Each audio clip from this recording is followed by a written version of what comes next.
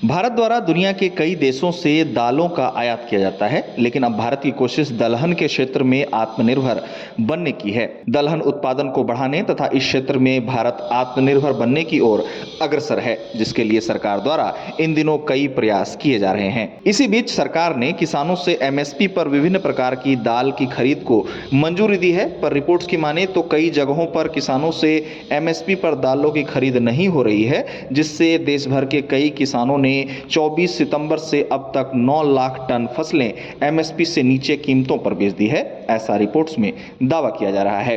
Reports की माने तो कई जगहों पर सरकारी एजेंसियों द्वारा दालों में उच्च नमी का हवाला दिया जा रहा है, जिससे किसानों को अपनी दलहन की फसल बेचने में समस्याएं आ रही हैं और वे भारी नुकसान इस तरह झेलने को मजबूर हैं। बता दें कि सरकार द्वारा सितंबर के महीने में अरहर, उड़द, मूंग, मूंगफली, सोयाबीन और तिल की एमएसपी पर खरीद को मंजूरी दी गई है। इन दलहन फसलों की खरीद यूपी और गुजरात में होनी है। अनुमान है कि इन दोनों ही राज्यों से इन दलहन की फसलों की खरीद में 13,890 करोड़ रुपए खर्च होंगे।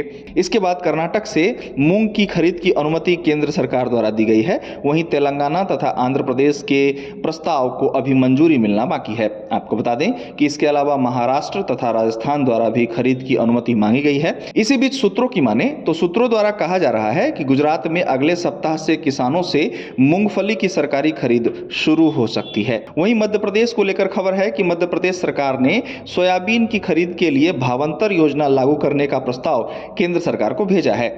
अब दलहन की फसलों की सरकारी खरीद पर विशेषज्ञों का कहना है कि जब देश के प्रमुख राज्यों में दलहन फसलों की खरीद शुरू होती है तो इसका असर देश भर के बाजारों पर पड़ता है और किसानों को बेहतर दाम मिलता है। विशेषज्ञ मानते हैं कि देरी से दलहन फसलों की सरकारी खरीद किसानों के आय को प्रभावित करती है। गौरतलब है कि सरकार ने सितंबर के महीने में अरहर, उड़द, मूंग, मूंगफली, सोयाबीन और तिल की एमएसपी पर खरीद को मंजूरी दी है।